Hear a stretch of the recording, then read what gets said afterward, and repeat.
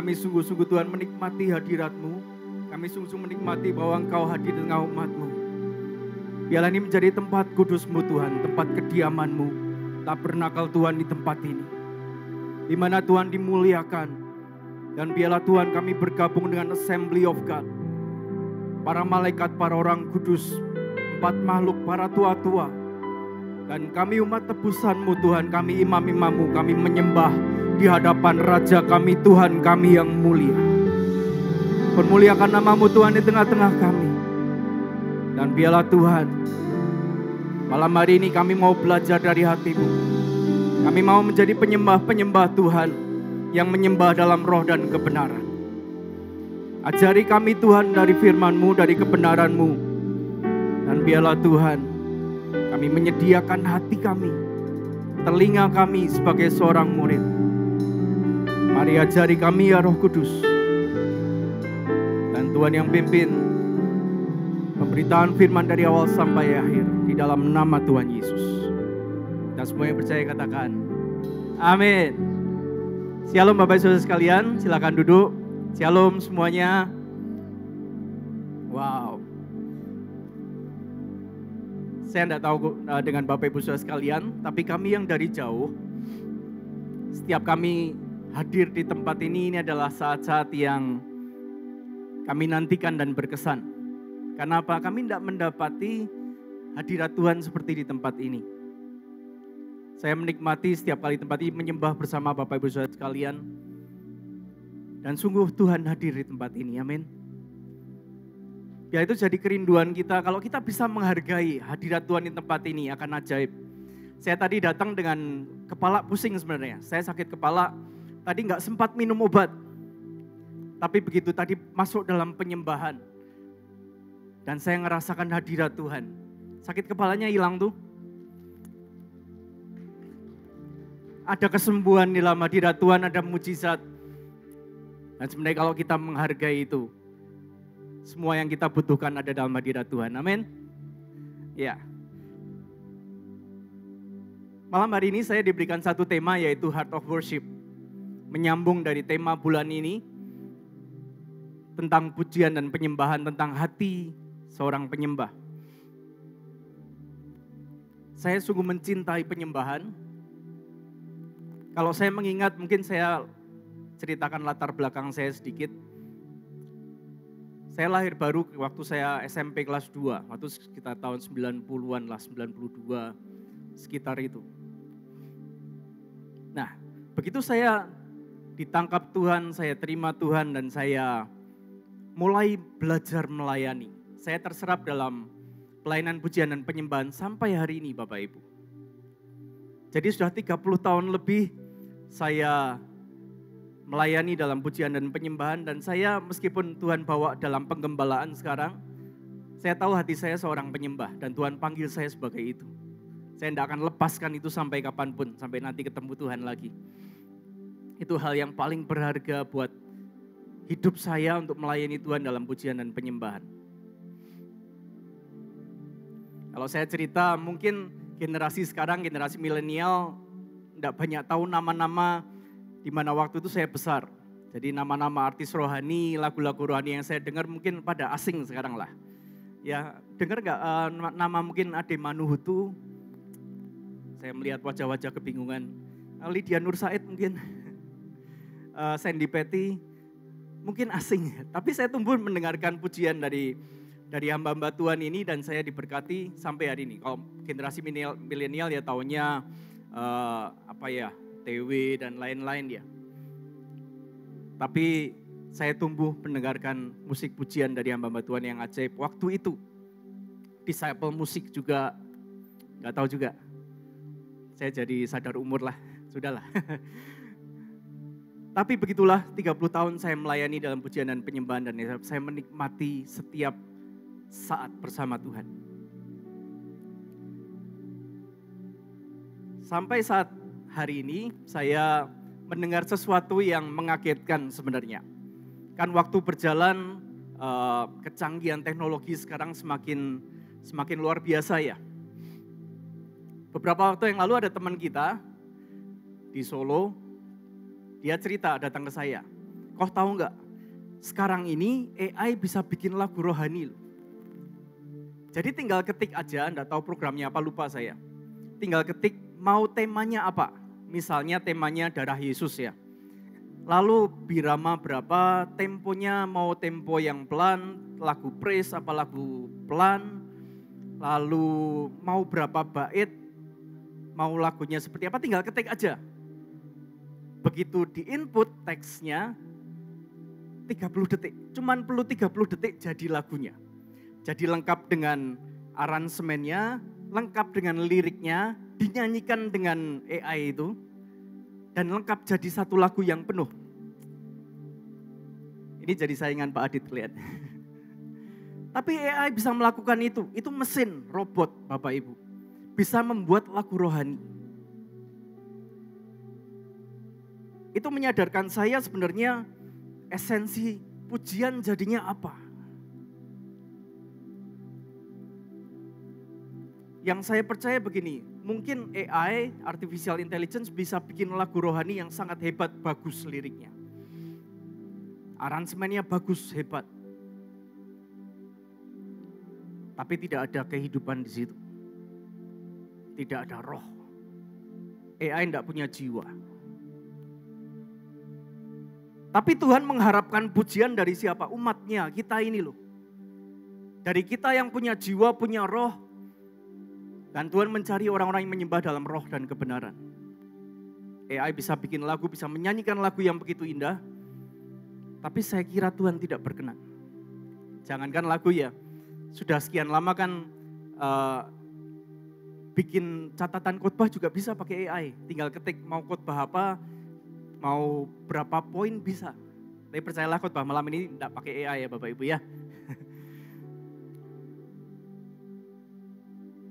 Waktu saya dapat tema Heart of Worship, Tuhan kembali bawa saya menggali essence of worship itu apa sebenarnya.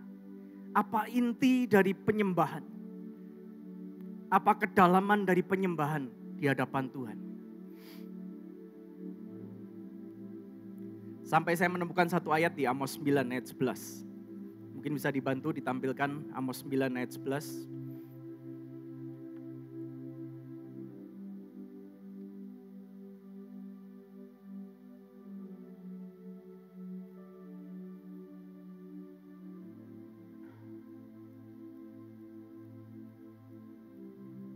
Ini adalah janji Tuhan tentang pembangunan kembali Pondok Daud.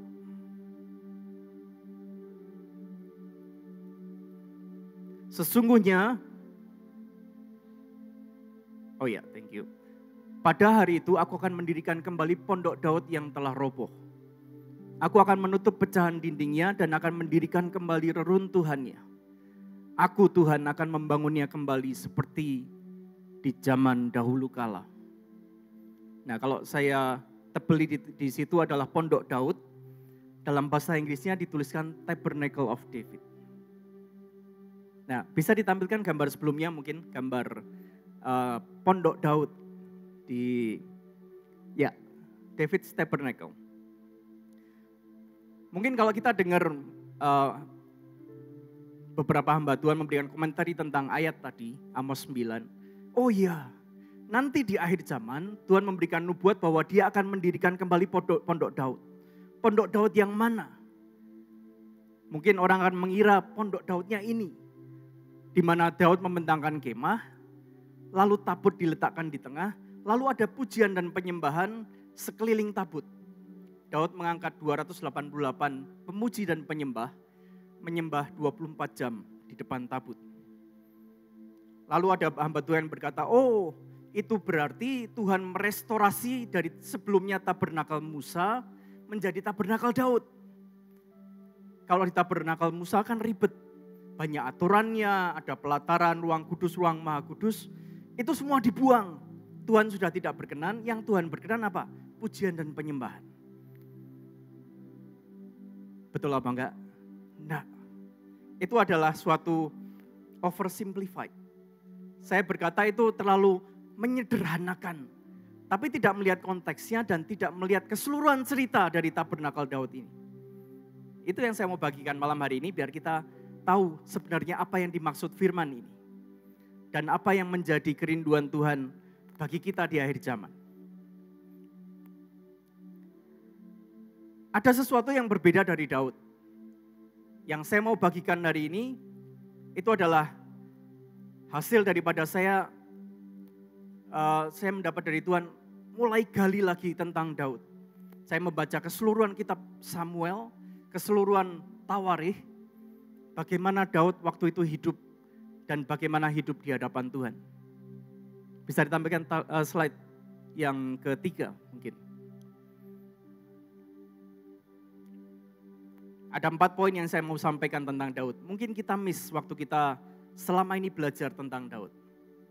Yang pertama tentang Daud adalah dia merindukan kemuliaan Tuhan. Apa artinya? Saya cerita sedikit ya. Jadi sebelum Daud, kalau kita baca di 1 Samuel, waktu itu hakim terakhir di Israel adalah Imam Eli.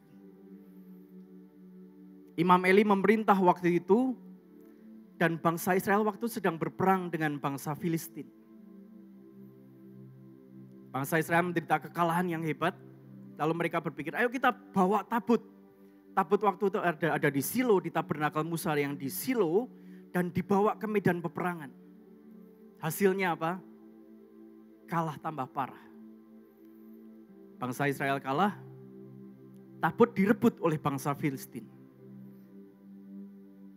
Dan kita tahu di cerita itu, cucu dari Eli dinamakan Ikabod, artinya kemuliaan telah hilang dari Israel. Tabut direbut, dibawa ke negeri Filistin. Di negeri Filistin tabut ada 7 bulan di sana, tapi namanya tabut adalah lambang dari hadirat Tuhan. Kemuliaan Tuhan ada di situ. Waktu dibawa ke bangsa musuh, dimasukkan kuil Dagon, Dagon terbelah. Dagonnya terpenggal-penggal, lalu bangsa Filistin itu mereka kena tulah, yaitu apa? Borok dan tikus. Mereka enggak tahan 7 bulan, ya sudahlah, kembalikan tabut ke bangsa Israel. Singkat cerita, tabut dibawa kembali ke tanah Israel sampai akhirnya menetap di Kiryat Yearim, di rumah Abinadab.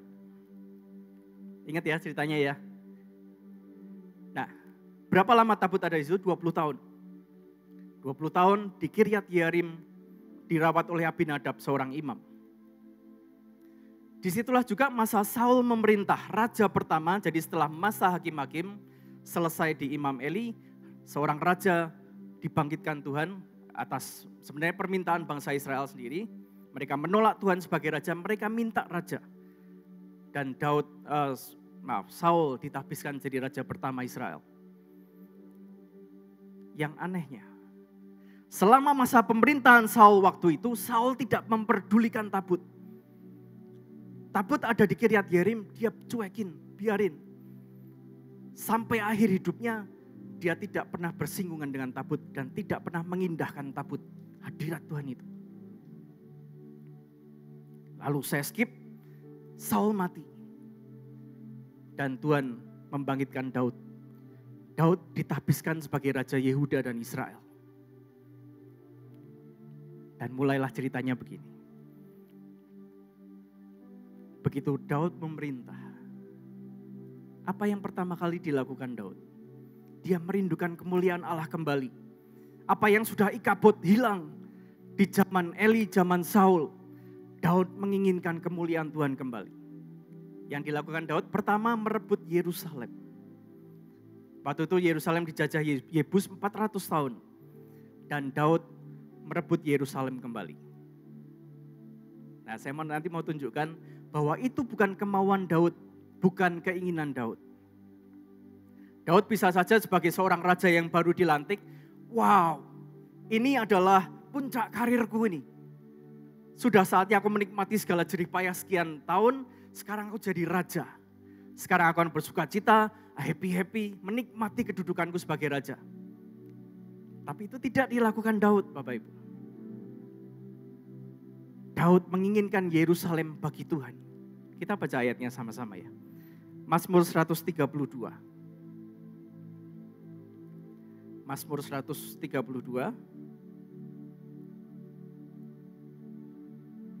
ayat yang ke-13 dan 14.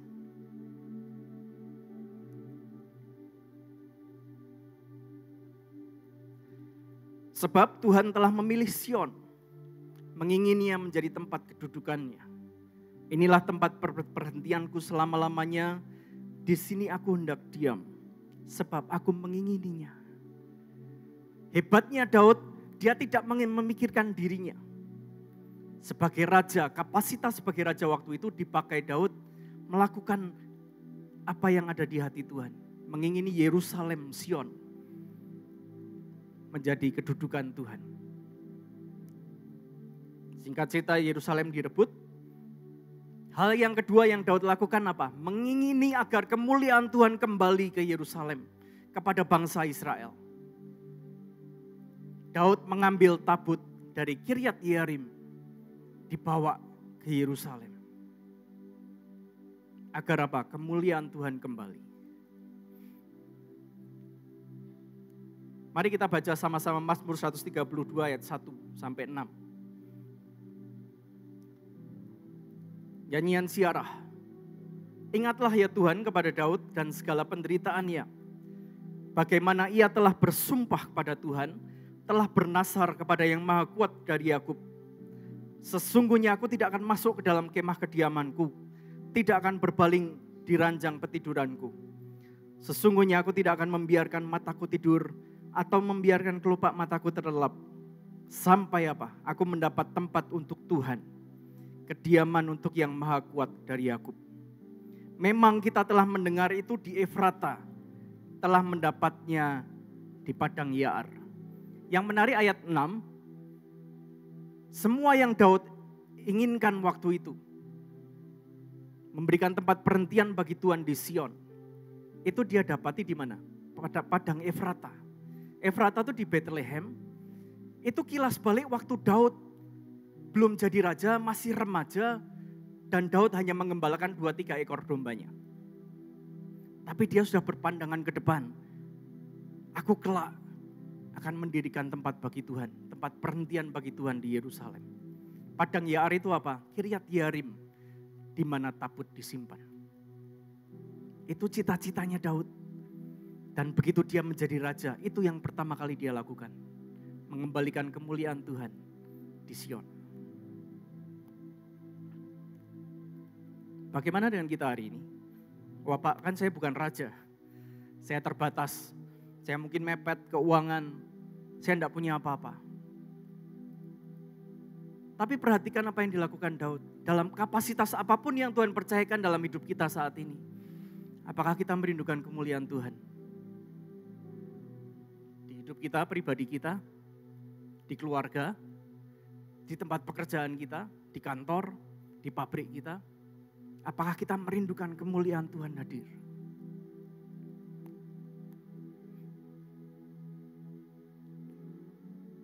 Saya mau cerita sedikit pengalaman waktu itu di awal pelayanan kami. Kira-kira 8 tahun yang lalu. Waktu itu Pak Daniel menyuruh kami memulai pelayanan big di Solo.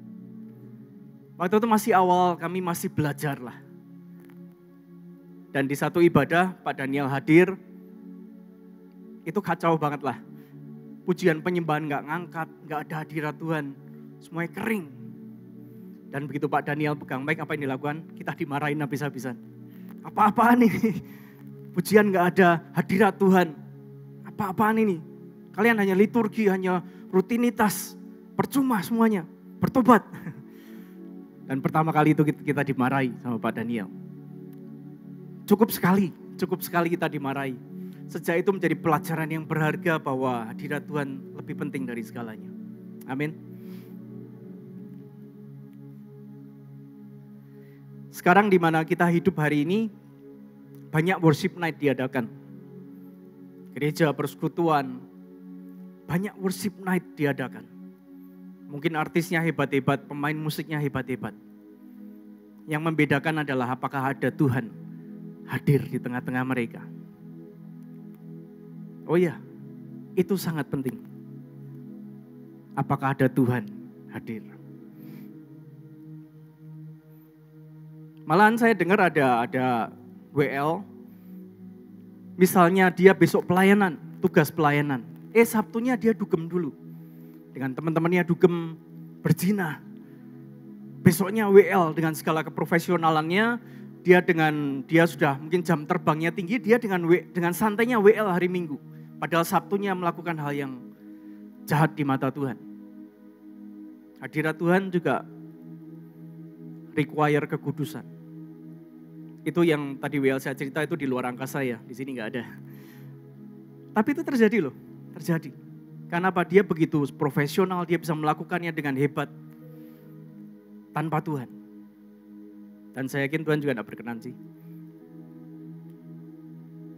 Penyembahan juga tidak tergantung dengan musik, betapa musik harus lengkap, harus soundnya hebat. Kami di Solo diajari Tuhan sesuatu hari-hari ini.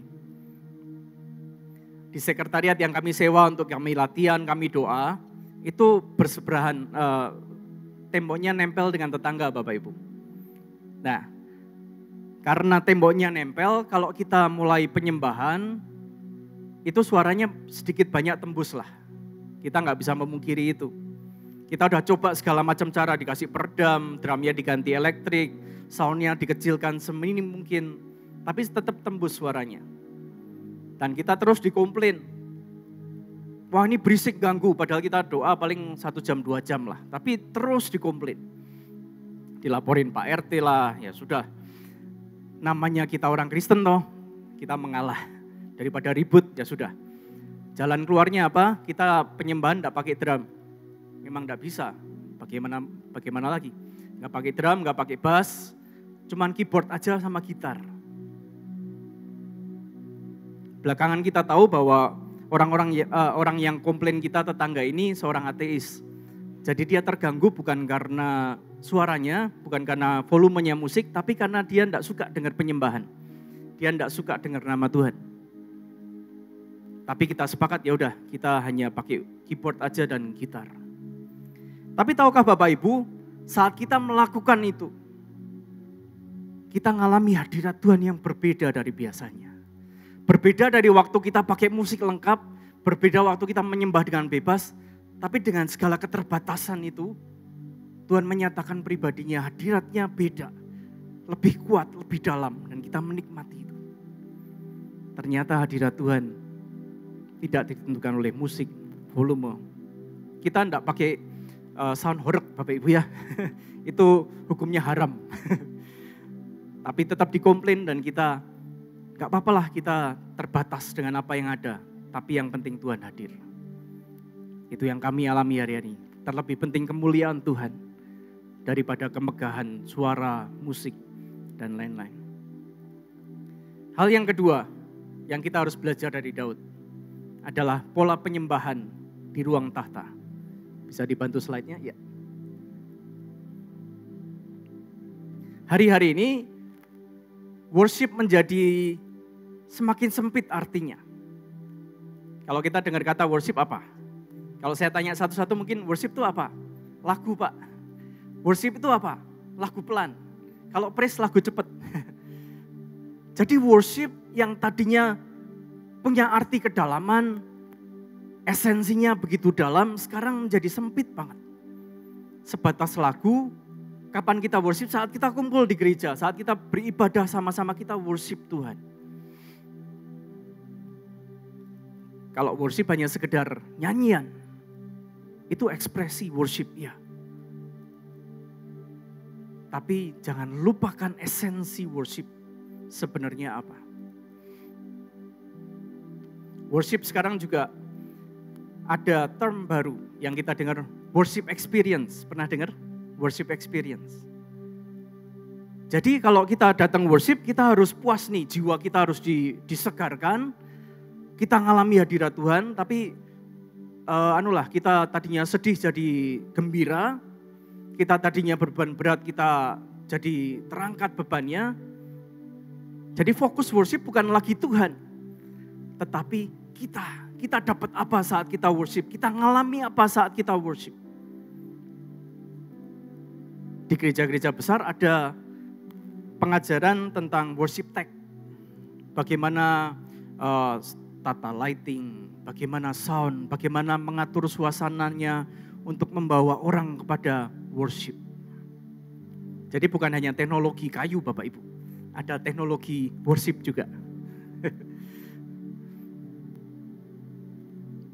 Tapi worship bisa-bisa sudah kehilangan esensinya. Mari kita belajar kembali tentang Daud. Daud begitu kerinduannya dia membawa pulang tabut kemuliaan Tuhan kembali ke Israel. Daud excited, dia mempersiapkan korban yang begitu banyak. Ayo kita bawa pulang tabut dari Kiryat Yearim ke Yerusalem.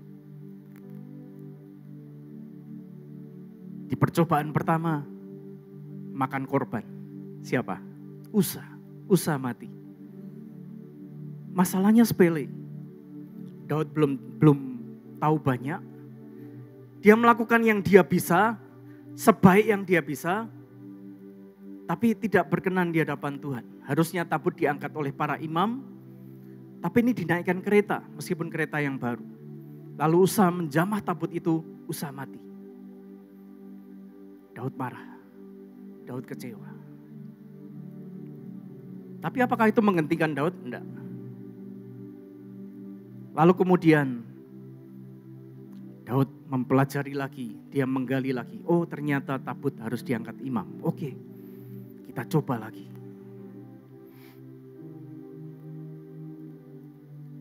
Lalu percobaan yang kedua, mereka membawa tabut ke Yerusalem. Nah, kalau Bapak Ibu kita baca kisah ini ada yang aneh ternyata. Tadi hal yang sepele, tabut diangkat, dinaikkan ke kereta, Usa mati. Harusnya dengan itu menjadi pembelajaran buat Daud, bawa tabut kembali ke tabernakel Musa yang ada di Gibeon. Tadi di gambar sebelumnya ini, bisa dimundur sedikit.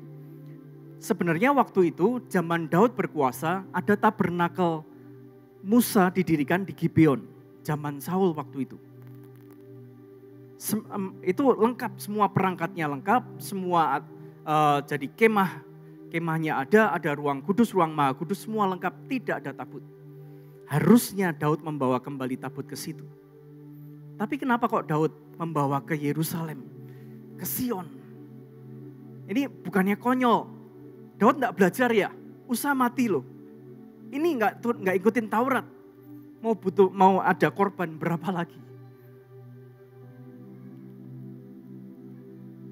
Tapi hal yang kedua yang kita harus belajar dari Daud adalah Daud belajar menangkap hatinya Tuhan. Bukan tanpa alasan Daud membawa tabut itu ke Sion. Ditaruh di kemah lagi. Di sekelilingnya ada penyembah lagi, pemuji penyembah. Tidak ada di hukum Taurat. Yang pertama, mari kita baca ayatnya. Daud mendapat pewahyuan pribadi.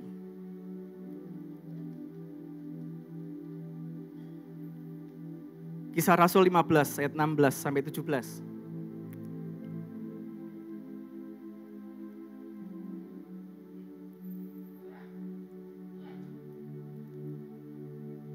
Ini menyambung lagi dari apa yang dinubuatkan di Amos tentang pondok Daud. Ternyata ada alasannya. Kisah Rasul 14 ayat 15.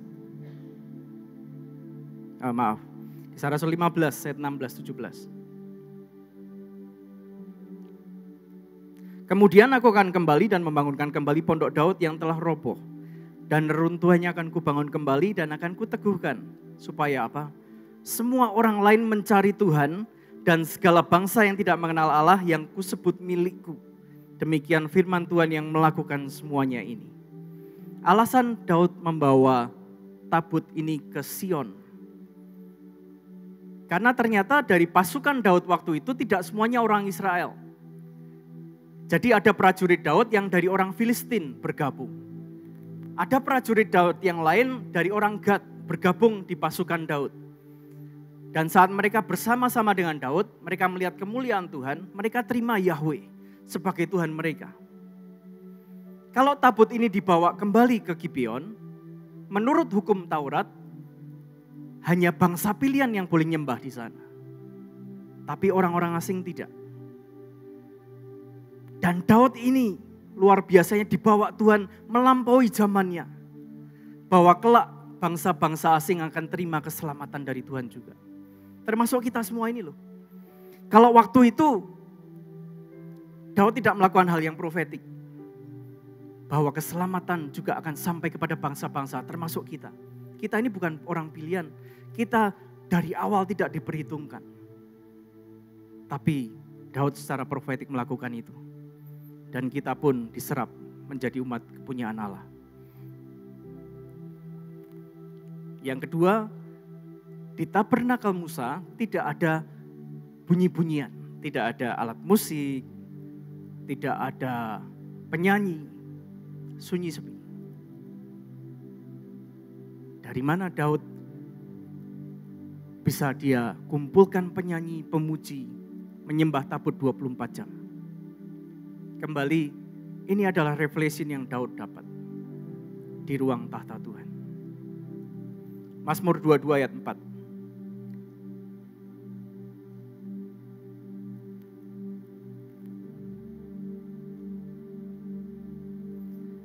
Daud mendapat pewahyuan bahwa Tuhan bersemayam di atas puji-pujian umatnya. Nah, kepada Musa, Tuhan menunjukkan model bait suci yang ada di sorga. Ya. Jadi kalau kita baca di firman, Musa juga bikin tabut, bikin kaki dian, semuanya adalah model yang Musa lihat di sorga dan Tuhan suruh Musa bikin replikanya.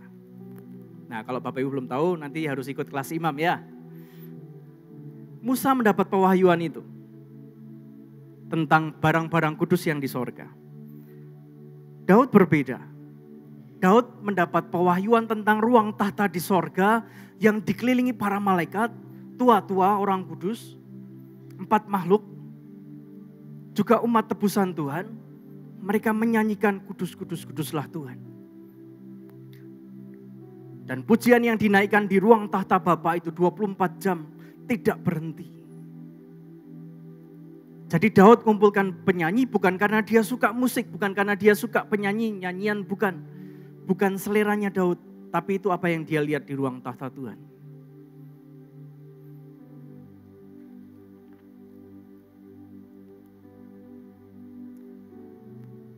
Jadi sebenarnya penyembahan itu dimulai dari sorga. Bukan dari kesukaan kita, bukan dari selera kita, bukan apa yang kita anggap baik. Dulu waktu saya muda, dalam kebodohan saya, kita waktu itu kan masih seneng ya, ngeband rohani sih. Tapi yuk kita comot lagu dunia, kita ambil intronya, kita curi aransemennya, kita buat jadi lagu rohani. Kalau saya sadar itu, saya tahu kebenarannya sekarang, saya malu sebenarnya. Karena apa? Worship itu asalnya dari sorga, bukan dari apa yang kita suka. Kalau kita menyodorkan apa yang kita suka, selera kita atas nama kreativitas. Tapi itu tidak menyukakan hati Tuhan kok. Saya malu sih sekarang kalau saya ingat itu. Ada gereja yang saya lihat, ini unik sih, ada satu gereja yang pasang lampu bola disco di atas mimbar sini, gede banget. Tahu ya lampu bola disco yang kaca itu muter, jadi kalau kena sinar dia akan nyebar sinarnya. Lampu bola disco. Yang ngetren sekarang ada gereja yang pakai DJ. Tahu disc jockey ya. Kalau saya ditanya, Pak bagaimana, boleh enggak? Jawab saya enteng sekarang. Kalau di surga ada DJ, enggak apa-apa, kita di dunia pakai DJ juga. Masalahnya di surga ada enggak? Ya ta? Kan penyembahan asalnya dari surga. Kita melakukan apa yang ada di ruang tahta Tuhan, kita kerjakan di bumi.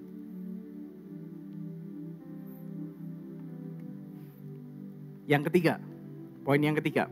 Tadi yang pertama, kemuliaan Tuhan. Kita merindukan kemuliaan Tuhan kembali. Poin yang kedua, biarlah kita menyembah dari ruang tahta Tuhan. Worship dari sorga mengalir dan kita bersatu dengan para kudus di sorga menyembah Tuhan. Yang ketiga, prophetic worship. Dari orang-orang yang dipilih Daud untuk menjadi imam-imam pemuji dan penyembah, ada 3 yang kita kenal, namanya Asaf, Heman, Yedutun, menjadi pemimpin puji-pujian di tim PW-nya Daud waktu itu. Siapa Asaf, Heman, Yedutun? Kalau kita baca di Tawarikh, mereka sebenarnya adalah nabi-nabi. Mereka pelihat. Jadi sambil nyanyi, mereka bernubuat. Sambil nyanyi, mereka menyampaikan pesan Tuhan. Sambil nyanyi, mereka menyuarakan isi hati Tuhan. Di pondok Daud yang Tuhan ingin kembali restorasi di akhir zaman ini, salah satunya adalah prophetic worship. Saat kita worship, ada hadirat Tuhan, di situ ada pernyataan Tuhan, ada nasihat, ada pengajaran, ada kebenaran Tuhan disingkapkan. Prophetic worship harus terjadi di zaman kita.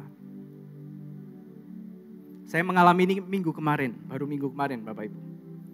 Waktu itu Ibu Selvi melayani kami di Solo, dan saya minta didoakan. Saya dan istri datang ke beliau dan kami minta didoakan. Saya ingat betul waktu didoakan, Bu Selvi bilang, saya kok lihat, saya merasa kamu harus gali tentang Daud, pelajari dan ambil sesuatu tentang Daud.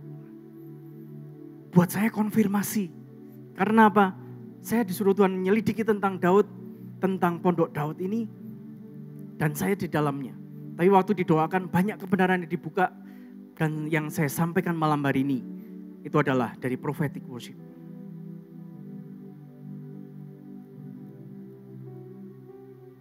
Kata prophetic sekarang juga banyak disalahartikan. Ada konotasi negatif juga tentang prophetic sebenarnya. Kalau kita baca di berita, Bethel Worship waktu itu kecolongan. Kecolongannya dalam arti begini. Mereka mengendorse salah satu orang yang dia mengatasnamakan dirinya nabi. Oh, tajam sih. Saya tidak usah sebut namanya lah. Tapi dia misalnya, dia dalam satu event, dia panggil satu orang. Namamu William Smith kan? Maju sini. Oh, maju. Tapi anehnya setiap kali dia bernubuat, dia pegang HP-nya. William Smith, kamu datang dengan istrimu kan? Sonia Smith. Ya, maju ke depan. Oh, Sonia Smith, Tuhan akan pakai kamu di bidang kesehatan. Oh iya, dia nangis-nangis berdua. Oh iya, betul. Kok tahu? Alamatmu jalan ini, nomor ini, kamu tinggal di sini. Oh, hebat ya. Sepertinya hebat, tepat gitu. Tapi belakangan diketahui bahwa nabi ini bernubuat dari medsos. Apa yang dia lakukan? Dia dari semua peserta yang hadir, dia punya listnya, dia cek medsos mereka masing-masing. Di Facebook, terus data-data pribadi mereka kan ada. Dan makanya dia pakai handphone, dia lihat gini. Tinggal baca tuh, di medsos kan ada semua. Bapak Ibu, sesuatu yang asli dari Tuhan pasti ada palsunya. Oh iya, kita tidak bisa memungkiri itu. Tetapi kita merindukan hari-hari ini prophetic worship yang betul-betul dari tahta Tuhan. Prophetic worship yang betul-betul ada pernyataan Tuhan. Ada nasihat, ada pengajaran kebenaran Tuhan. Bukan sekedar gimmick, bukan sekedar show, performance, bukan. Tapi kita merindukan prophetic worship yang betul-betul ilahi dari Tuhan. Belakangan saya mengikuti berita. Ada kegerakan di Amerika, gereja-gereja di Amerika, orang mulai jenuh dengan semua yang performance. Suatu ibadah yang dikemas mungkin seperti tadi, sepertinya show. Oh, ada karunia profetik, karunia kenabian, tapi ternyata di belakangnya dia pakai teknologi, yaitu worship tech tadi. Orang mulai jenuh dengan itu, orang mendambakan sesuatu yang murni yang dari Tuhan. Orang mendambakan hadirat Tuhan yang real, yang genuine. Revival yang genuine. Kalau kita kemarin dengar ada revival Esburi tahun 2023. Sepertinya hebat, mereka worship 24 jam. Terus menerus orang berdatangan ke sana. Tapi worship kalau tidak ada hadirat Tuhan. Bukan Tuhan yang initiate semuanya. 16 hari yang dinamakan revival itu berhenti. Karena apa? Burnout, capek. hanya sekedar mungkin emosi dan lain-lain. Tapi sebenarnya Tuhan bukan Tuhan. Jadi ingin prophetic worship yang betul-betul genuine dari Tuhan. Saya ngalami itu dan biarlah ini juga terjadi di tempat ini dan terus-menerus kita ngalami yang dari Tuhan.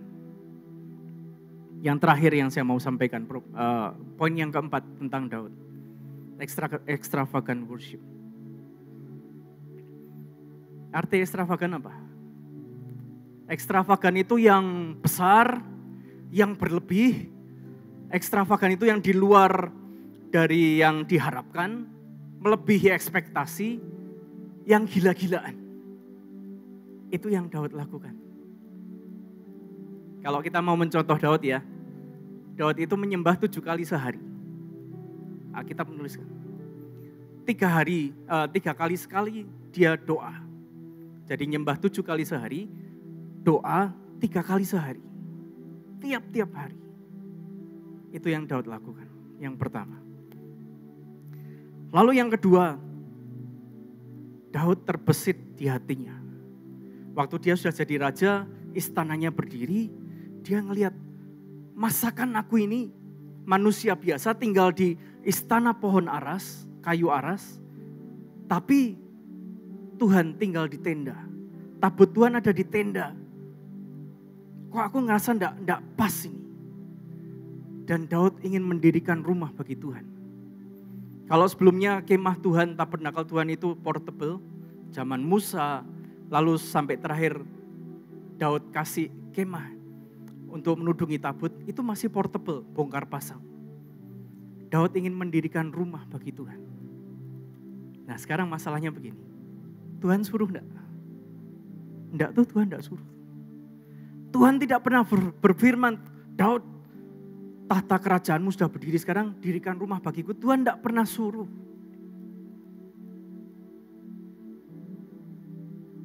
Dan ini yang menjadi question buat kita.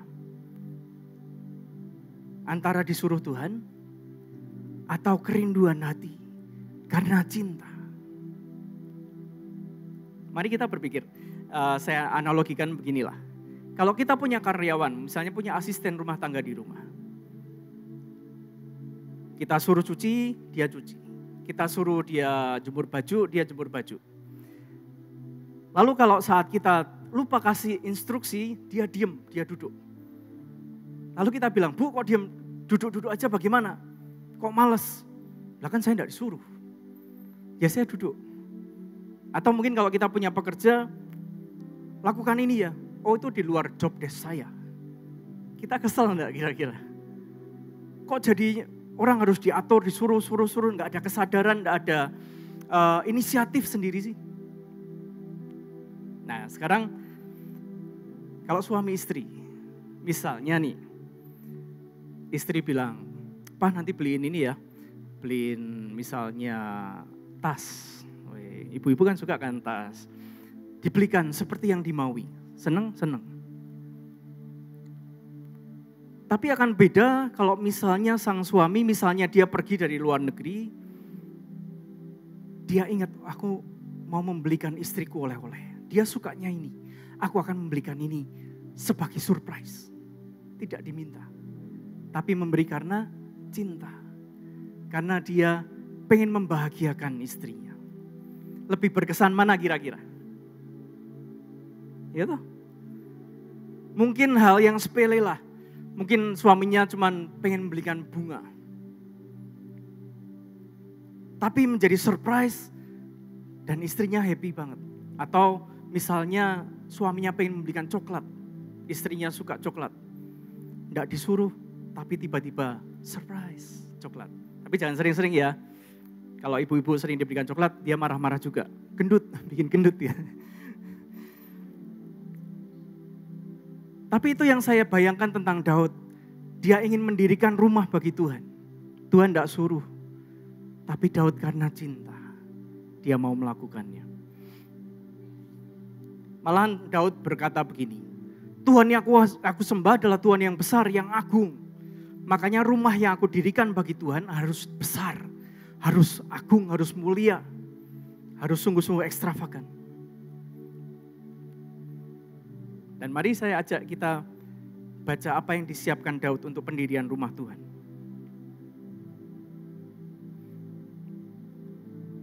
Saat Daud mengutarakan kerinduannya untuk membangun rumah Tuhan, sebenarnya waktu itu Nabi Nathan bilang, lakukan sesuai kehendak hatimu itu baik. Tapi Tuhan, dia juga punya kehendak.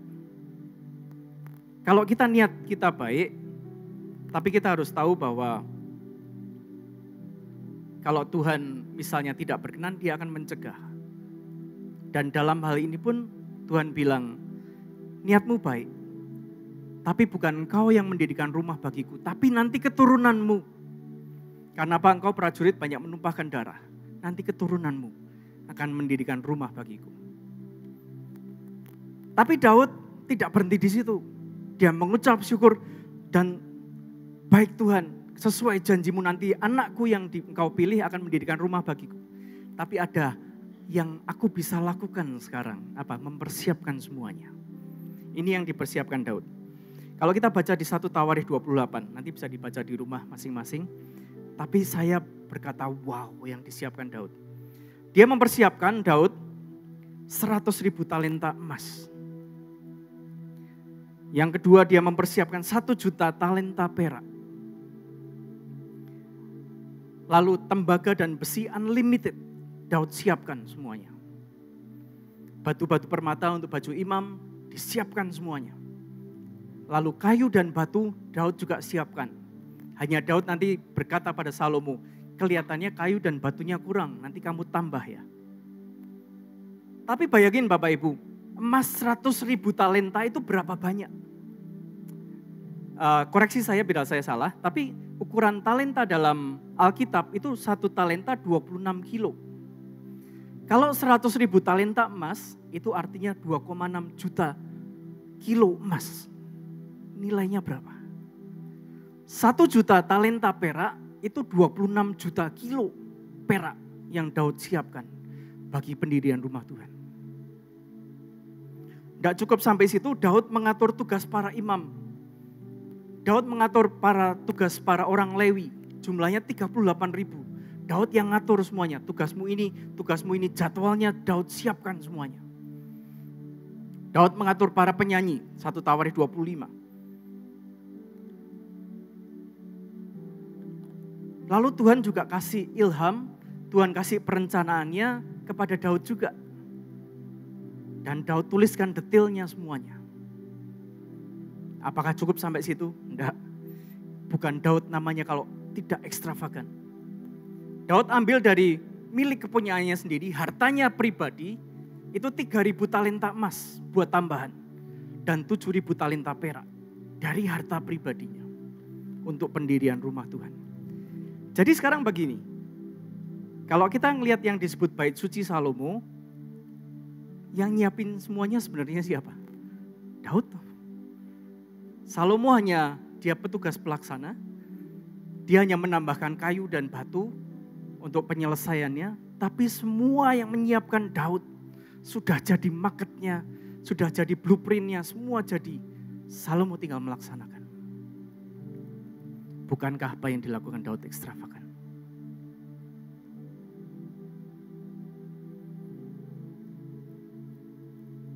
Lalu saat bait suci berdiri, singkat cerita Daud wafat, bait suci selesai. Ini yang menjadi penyatuan. Dan saya mau menjawab apakah yang dimaksud pondok Daud itu berarti kita mengesampingkan semua yang ada di tabernakel Musa? Tidak. Pada akhirnya Salomo mengambil perkakas bait suci yang didirikan tabernakel Musa di Gibeon. Dikumpulkan semuanya di bait suci Salomo. Dikumpulkan semuanya. Dia juga ambil tabut dari kota Daud, dibawa ke bait suci Salomo. Lalu plus ada penyanyi, ada peniup shofar, ada alat musik yang diperdengarkan di bait suci Salomo. Lengkap semuanya. Lengkap semuanya. Dan pada akhirnya Tuhan berkenan. Shekinah glory terjadi di tempat itu hadirat Tuhan memenuhi bait suci, imam tidak tahan berdiri untuk mengadakan ibadah. Tuhan berkenan atas semuanya.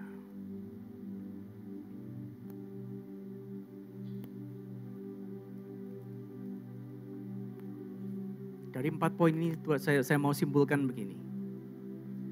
Tentang heart of worship. Worship bukan sekedar pujian, bukan sekedar nyanyian. Lebih dalam dari itu, worship harus berasal dari hati. Hati yang mengingini kemuliaan Tuhan. Dimanapun kita berada, dalam kapasitas apapun yang Tuhan percayakan buat hidup kita, apakah kita mengingini kemuliaan Tuhan atas semuanya. Yang kedua, biarlah terjadi kembali prophetic worship yang genuine dari Tuhan, bukan gimmick, bukan performance, bukan untuk membawa fokus orang kepada hamba Tuhan, tapi kepada Tuhan. Saat prophetic worship terjadi, ada jawaban, ada breakthrough terjadi, ada mujizat terjadi. Dan yang ilahi itu sungguh-sungguh mengalir.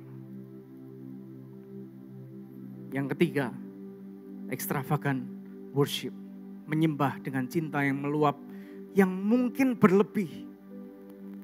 Tapi itu adalah ungkapan cinta yang gila-gilaan. Yang gila-gilaan. Saat sebenarnya kita tidak hitung-hitungan dengan Tuhan. Bukankah Tuhan itu yang menyelidiki segala hati dan mengerti segala niat dan cita-cita dalam hidup kita.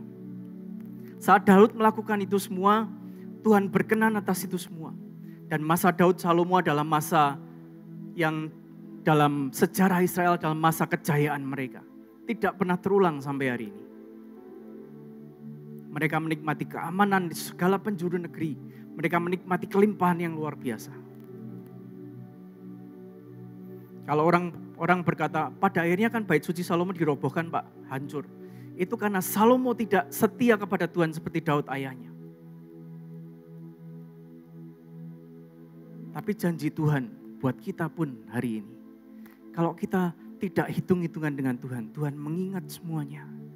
Dan untuk memberkati kita, sangat gampang buat Tuhan. Dan terakhir, ini yang saya dapat. Kalau ada nubuatan bahwa pada akhir zaman Tuhan akan memulihkan kembali bait tabernakel Daud yang telah roboh. Di saat itu Tuhan akan mencari juga orang-orang yang punya hati seperti Daud. Untuk membangkitkan kembali pondok Daud yang telah roboh itu. Saya berdoa Tuhan mendapati orang-orang seperti itu di antara kita. Yang sungguh-sungguh mencari Tuhan, merindukan kemuliaan-Nya kembali. Prophetic worship mengalir di tempat ini. Dan juga kita mencintai Tuhan gila-gilaan. Saat Tuhan suruh sesuatu kita lakukan dengan segenap hati, dengan ketepatan. Tapi di saat yang lain, saat terbesit di dalam hati kita, mungkin Roh Kudus taruh sesuatu, kita mau memberi yang terbaik buat Tuhan. Lakukan itu, karena itu menyukakan hatinya. Karena memberi, ini ada ungkapan begini. Kita bisa memberi tanpa mencintai. We can give without loving. Misalnya kita ketemu orang minta-minta di jalan, kita bisa ngasih 2.000 perak, 5.000 perak, tanpa mengasihi, sekedar belas kasihan. But we cannot love without giving.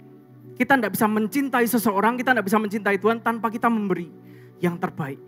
Seberapa besar cinta kita, sebesar itu juga yang kita berikan kepada orang itu, terlebih kepada Tuhan. Biar Tuhan menemukan di antara kita orang-orang seperti Daud. Dan nama Tuhan disukakan. Tuhan berkenan atas semuanya. Amin buat firman Tuhan. Saya undang tim Praise Worship maju ke depan, kita akan nyembah Tuhan sama-sama kembali.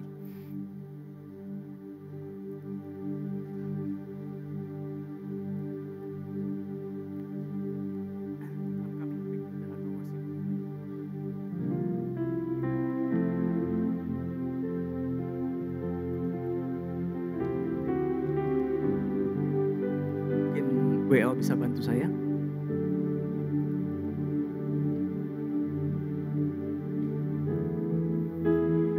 Mari tundukkan kepala di hadapan Tuhan. Bapa, firman-Mu sudah hamba-Mu sampaikan. Biar Roh Kudus yang terus Tuhan mengusik hati kami. Tuhan merindukan Tuhan di akhir zaman. Tuhan membangkitkan orang-orang seperti Daud. Orang yang menangkap hatimu. Orang yang mencintai Tuhan dengan extravagant love. Orang yang merindukan kemuliaan Tuhan. Orang-orang yang tidak mau tidur dengan nyenyak, tidak beristirahat sampai sungguh-sungguh Tuhan dimuliakan. Biar malam hari kami kembali pada essence of worship. Bukan worship sekedar lagu, sekedar ekspresi, tapi esensi worship, kedalaman worship, inti penyembahan itu. Yaitu hatimu disukakan. Melalui hidup kami, melalui perenungan hati kami, nama Tuhan ditinggikan di atas segalanya. I'm coming back to the heart of worship, when it's all about you. It's all about you, Jesus. I'm sorry, Lord, for the things I made. When it's all about you, it's all about you, Jesus. I'm coming Dengan sepenuh hati nyanyikan lagu ini di hadapan Tuhan. Kembali kepada inti penyembahan itu. Semuanya tentang Tuhan. Dari Tuhan, oleh Tuhan, dan untuk Tuhan. I'm sorry, Lord, for the things I made it. When it's all about you, it's all about you, Jesus. Bapak-Bapak berdoa Tuhan. Dari tempat ini kami belajar tentang penyembahan. Dari tempat ini Tuhan kami diajari bagaimana menyembah Tuhan dan menjadi seorang penyembah yang sejati. Hambamu berdoa Tuhan, biarlah ada kemuliaan Tuhan tetap tinggal di tempat ini. Di sini namamu dihormati, dihargai. Hadiratmu Tuhan berharga di tempat ini. Dan setiap pelayan hamba-Hambamu Tuhan merindukan kemuliaan Tuhan kembali. Biarlah Tuhan saat pujian dinaikkan di tempat ini Tuhan mengingat matamu tertuju dan hatimu tertuju di tempat ini. Dan sungguh keluar pujian penyembahan bagaikan dupa yang harum membumbung ke tahtamu dan hatimu disukakan. Kamu berdoa Tuhan, saat umatmu Tuhan hadir di sini Tuhan memberkati dengan limpah. Karena Tuhan melihat niat hati kami, Tuhan yang nilai semuanya. Dan Tuhan memberkati dengan limpah. Para imammu Tuhan di tempat ini tidak ada kekurangan apapun juga. Karena kami imam-imam yang melayani di mezbah. Dan kami yang melayani di mezbah mendapat bagian dari mezbah Tuhan. Terima kasih Tuhan, terima kasih Tuhan. Penghidupan kami dari tempat kudus-Mu. Saat kami Tuhan menyerahkan hidup kami ke dalam tangan. Terima kasih Tuhan, terima kasih Tuhan.